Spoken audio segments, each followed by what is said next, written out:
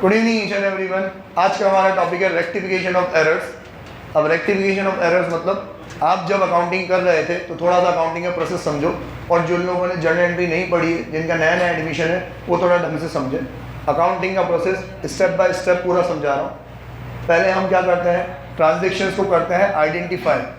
Identify मतलब ये देखते हैं कि ये जो मैं बिजनेस कर रहा हूँ इसमें पूरे दिन भर में, पूरे साल भर में मेरे साथ बहुत सारी एक्टिविटीज़, इवेंट्स, घटनाएं, दुर्घटनाएं होती हैं। उनमें से कौन कौन सी चीज़ें मुझे रिकॉर्ड करनी है, कौन कौन सी चीज़ें रिकॉर्ड नहीं करनी। एग्जाम्पल, मैं जो बिजनेस करता हूँ सेम बिजनेस मेरे पड़ोस में किसी और ने डाल दिया, मेरा कंपटीशन क्रिएट हो गया। अब ये बात मुझे रिकॉर्ड करनी चाहिए कि नहीं करनी चाहिए? मेरी वेल्थ पे कोई फर्क नहीं पड़ा। आंसर जवाब ऐसे मत दे, मज़ा नहीं आता, सस्पेंस सारा खत्म हो जाता है।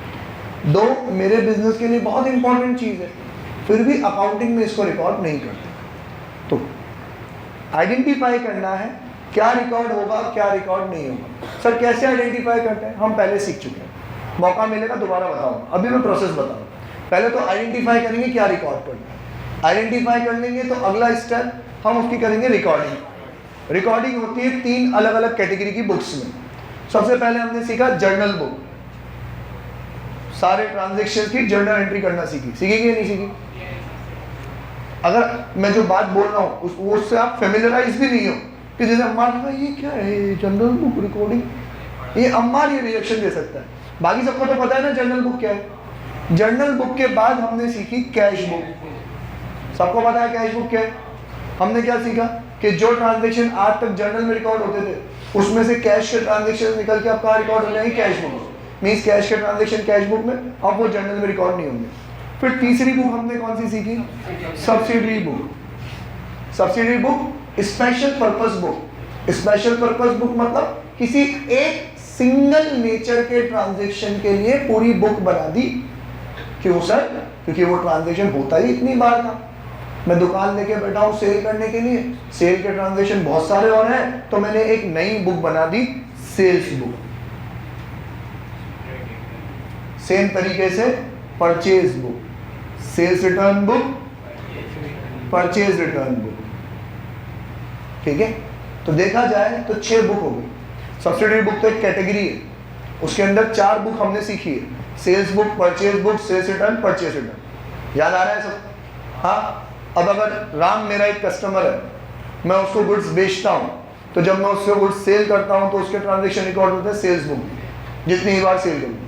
अगर उसमें से कुछ गुड्स वो मेरे को लौटा देता है तो उसके ट्रांजेक्शन रिकॉर्ड होते हैं सेल्स रिटर्न बुक में।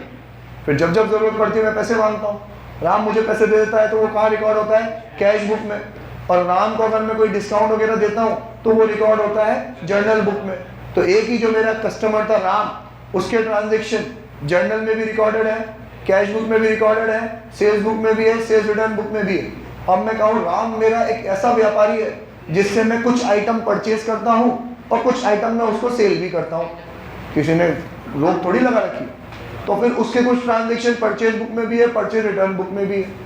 अब कभी मुझे अगर राम का हिसाब लगाना हो तो मुझे अलग अलग जगह राम राम राम राम राम राम राम राम राम राम राम राम करना पड़ेगा कि नहीं, है ना? तो फिर हम क्या करते हैं, सर ये ट्रांजेक्शन रिकॉर्ड तो हो गए पर ये रिकॉर्डिंग तो हमारे किसी काम की ही नहीं रही, क्योंकि इससे हमें कोई बैलेंस वैलेंस तो पता पड़ता नहीं है।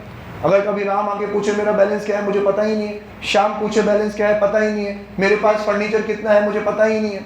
तो फिर क्या करो, इन सारे ट्रांजेक्शन को क्लासीफाई करो। क्लासीफाई करो मतलब छटनी करो, बांटो इनको। कैसे बांटे सर? कि अब राम से रिलेटेड जितने भी ट्रांजेक्शन है वो सारे एक जगह जमा करो, शाम के ट्रांजेक्शन, इसी तरीके से सारे असेट्स के ट्रांजेक्शन, लायबिलिटी के ट्रांजेक्शन, इनकम के। और इस जानवर साला हुआ सी ले रहा है मुंह खोल के, तेरे लिए इतना सब कुछ समझा रहा हूँ, उनको तो अच्छे से पता है।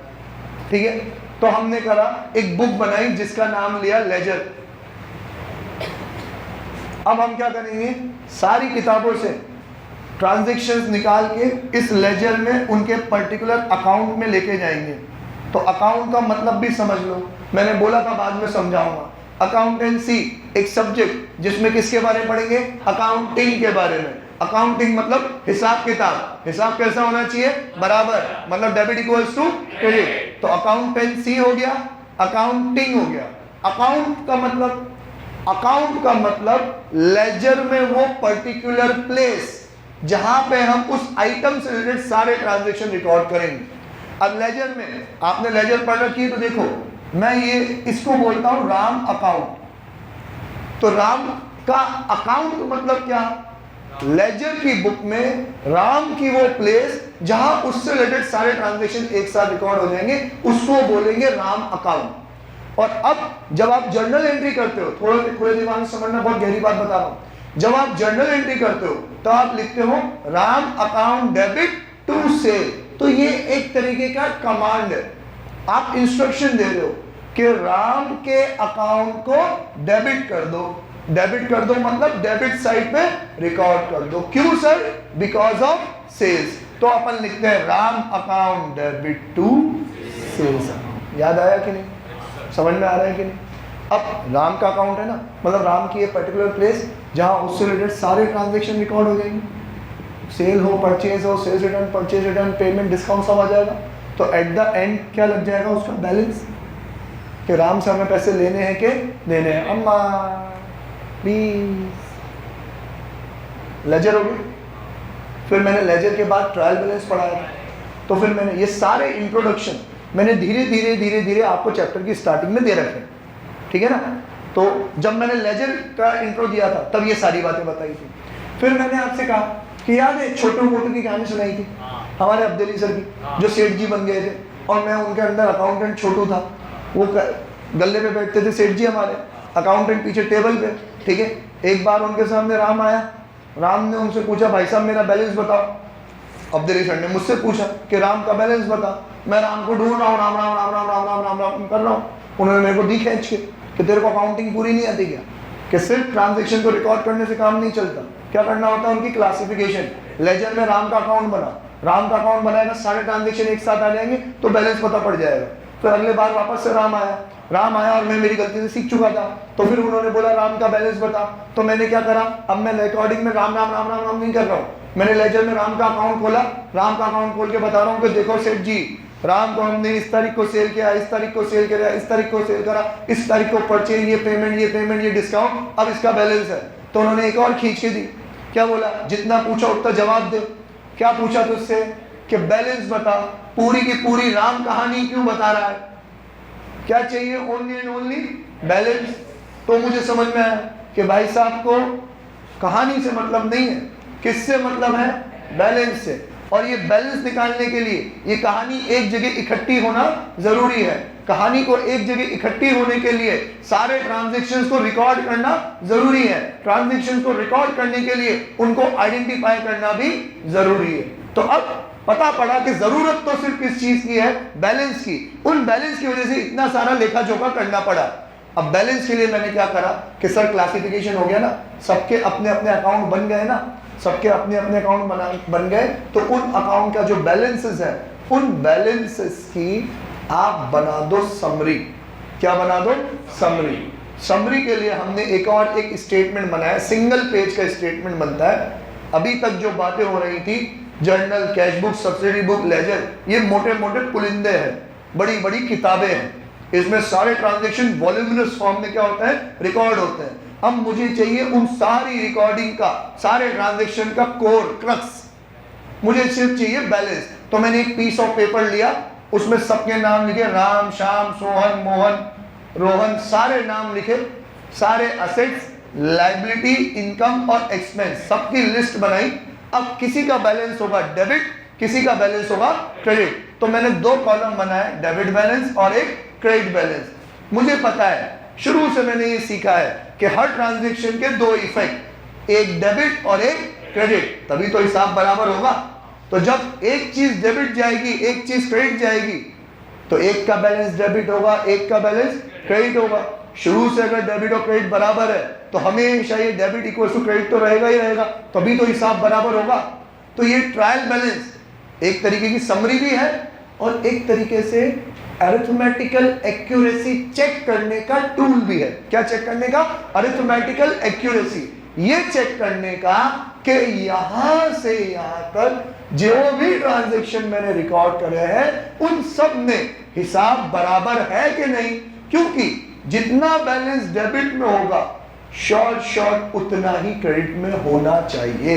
तो at the end of the trial balance हिसाब बराबर होना चाहिए, डेबिट इक्वल्स टू क्रेडिट होना चाहिए।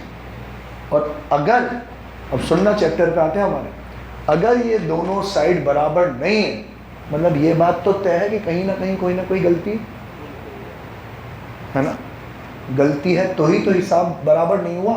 नहीं तो आप सोचो, एक सिंगल एंट्री के एग्जांपल से लेते हैं, हमने राम को 10,000 का माल सेल करा, तो एंट्री क्या पास करी, Ram account debit to sales 10,000, तो राम का बैलेंस डेबिट का 10,000, सेल का बैलेंस क्रेडिट का 10,000। अब अगर यही ट्रांजेक्शन है पूरी साल भर में और कोई ट्रांजेक्शन ही नहीं है, तो ट्रायल बैलेंस में राम का बैलेंस डेबिट साइड में 10,000 आएगा और सेल का बैलेंस क्रेडिट साइड में 10,000 आएगा। डेबिट इक्वल टू क्रेडिट तो होना ही चाहिए। अगर नहीं है तो इसका मतलब कहीं ना कहीं कोई ना कोई गलती है, और आप पहले उस गलती को सुधारो, तब जाके मैं आपको समरी के बाद वाली स्टेज बताऊंगा जिसमें हम निकालते हैं result, P&L and balance sheet. यही हमारा चैप्टर रह रहा है। और ये चैप्टर कब बनेगा, कब आएंगे P&L बनाने के लिए, जब सारी गलतियां सुधर जाएंगी तब। बॉम्ब थोड़ी गिरा है, ढक्कन ही तो गिरा है, ढक्कन।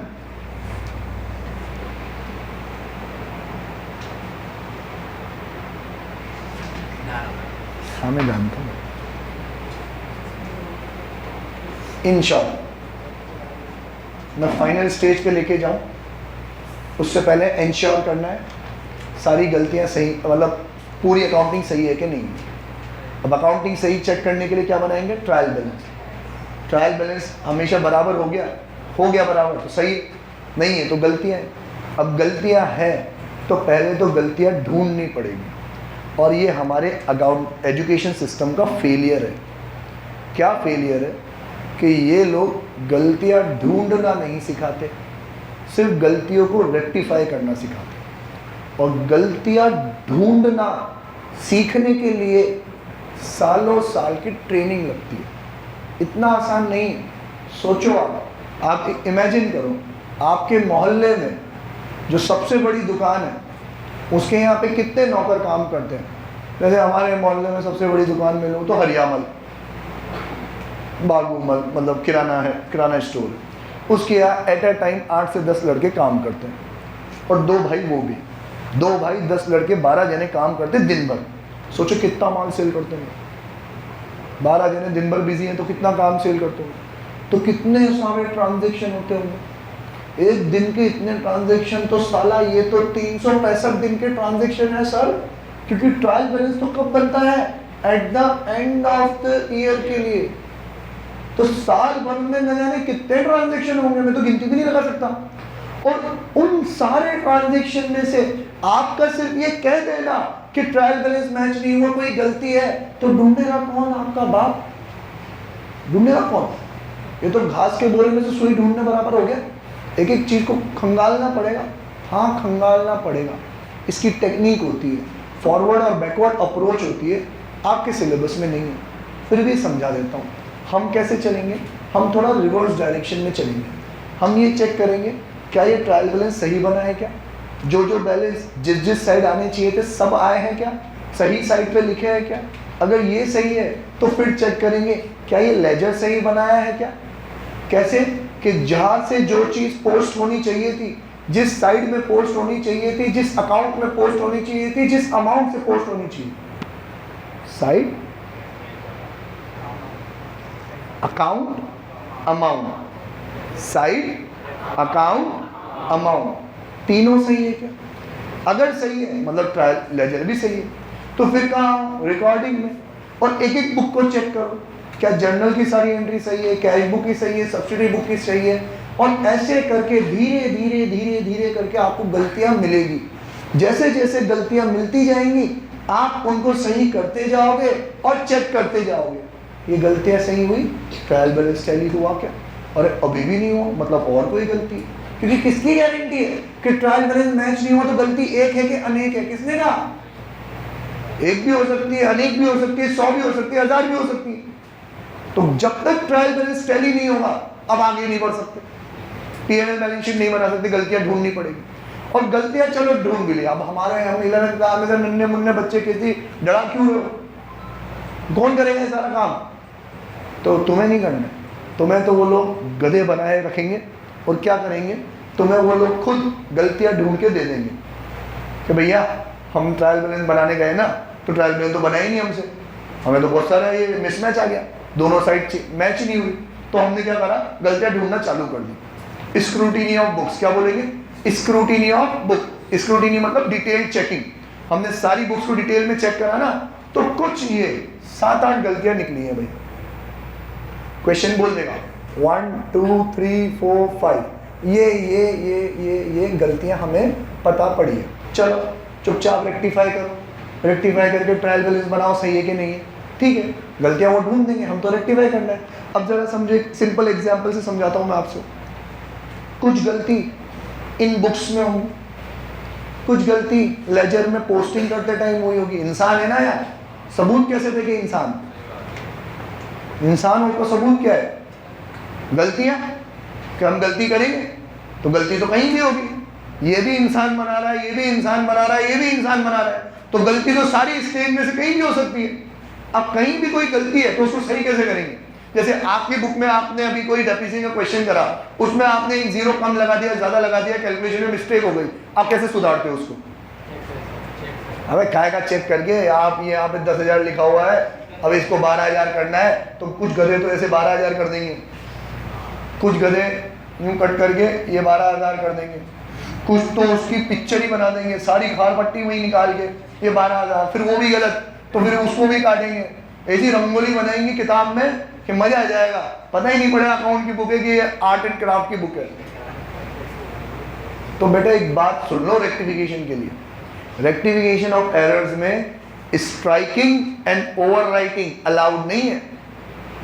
क्या अलाउड नहीं है?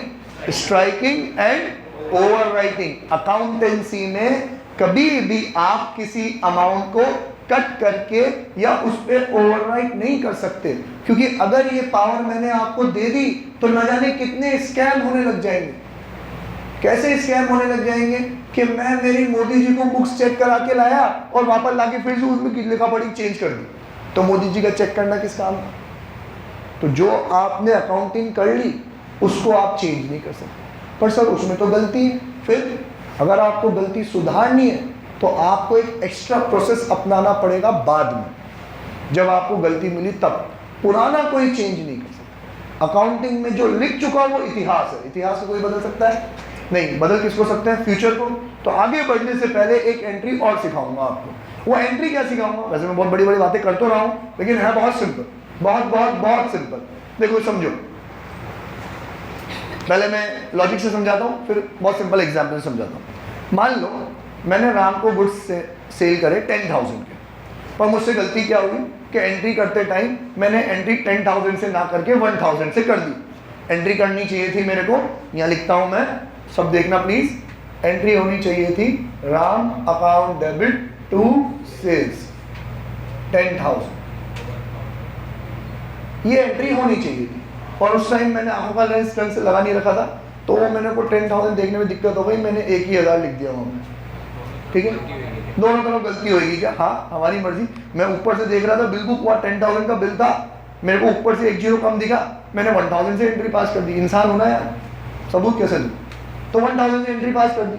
अब सर इसमें क्या बड़ी बात, आपको पता पड़ गया, 1 0 लगा दो, है ना? तुम्हारे बाप का राज है, 1 0 और लगा दो। 1 0 नहीं लगा सकते बेटा। क्यों? क्योंकि आपको ये गलती साल के अंत में पता लगी है। इस एंट्री के बाद न जाने कितनी एंट्रियां हो चुकी होंगी, न जाने कितने पेजों पे टोटल लग चुके होंगे। अब अगर आप इधर 1 0 लगाओगे तो वो सारे टोटल्स क्या हो जाएंगे? चेंज हो जाएंगे। ये एंट्री इधर आके पोस्ट हो चुकी है, इधर पोस्ट होने की वजह से न जाने कितने उनके बैलेंसेस क्या हो चुके हैं? इफेक्ट हो चुके हैं। अब अगर आप एक जगह 0 लगाने जाओगे तो मनमान जगह 0 0 0 लगा, तुम 0 हो जाओगे तब तक। तो आप कोई भी स्ट्राइकिंग ओवरराइटिंग नहीं कर सकते। तो आपको क्या करना पड़ेगा? अरे बहुत सिंपल सा उपाय है यार, बहुत सिंपल सा उपाय है।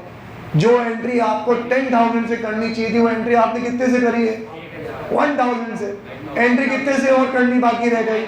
9,000। तो चलो साल के आखिरी में यही एंट्री दोबारा कर देंगे, Ram account debit to sales account 9000 हो गया रेक्टिफिकेशन।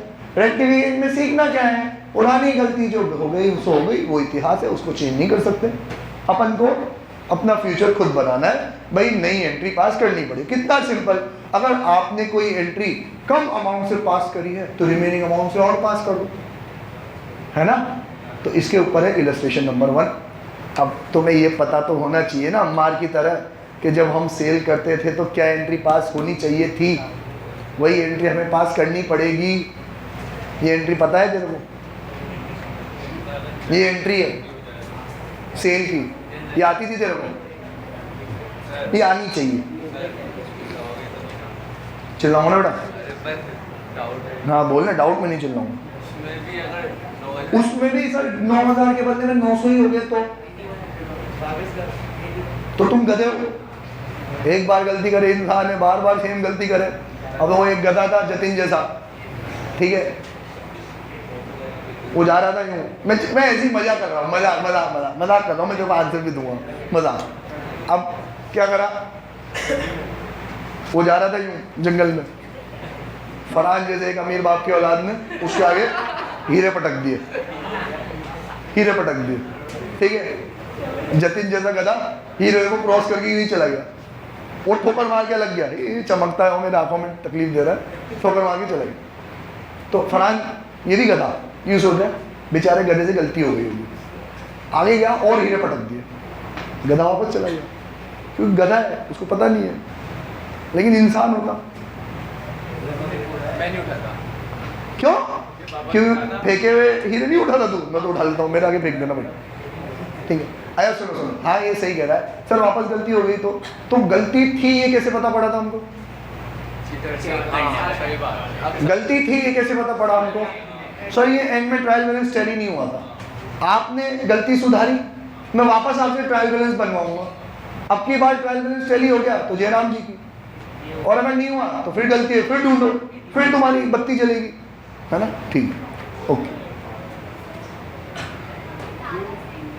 अब ज्यादा से एंट्री हुई होगी तो एक काम करते हैं, मेरी बात सिंपल,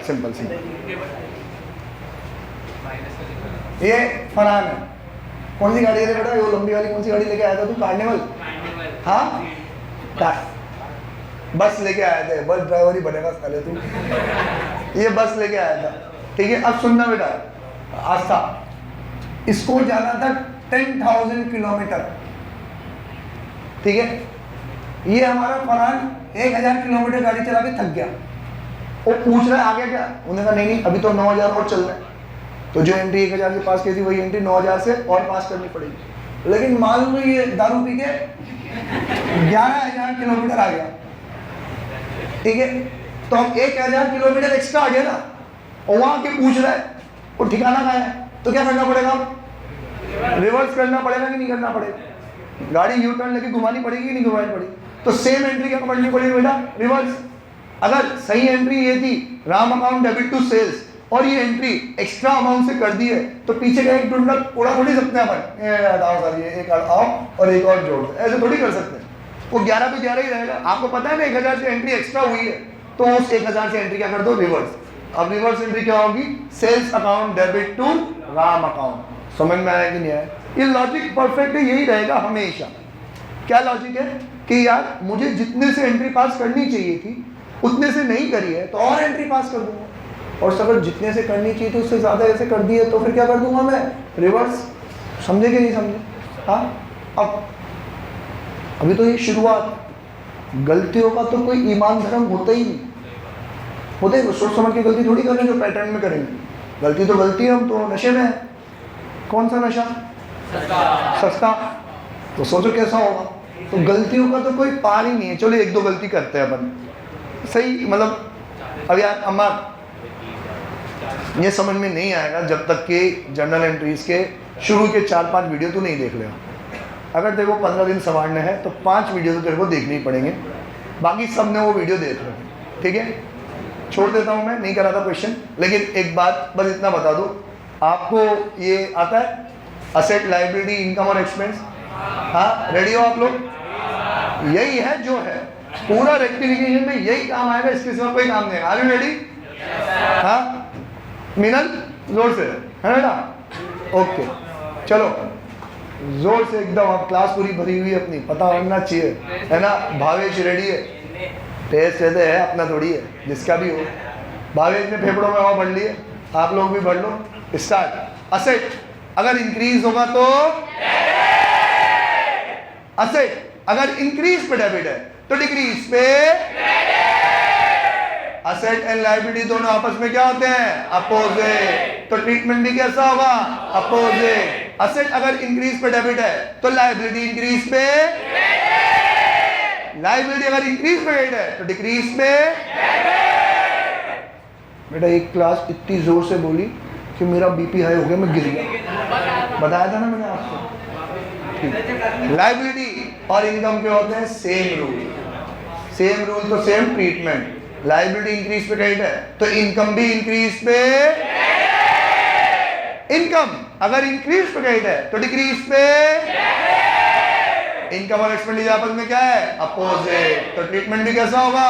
अपोजिट। अब सुन लो, इधर तो टेस्ट चल रहा है, इधर तो परेशान नहीं है, ऊपर भी क्लास चल रही है, ऊपर पूरी आवाज जा रही है, ऊपर वाले ज्यादा परेशान होते हैं, ठीक है?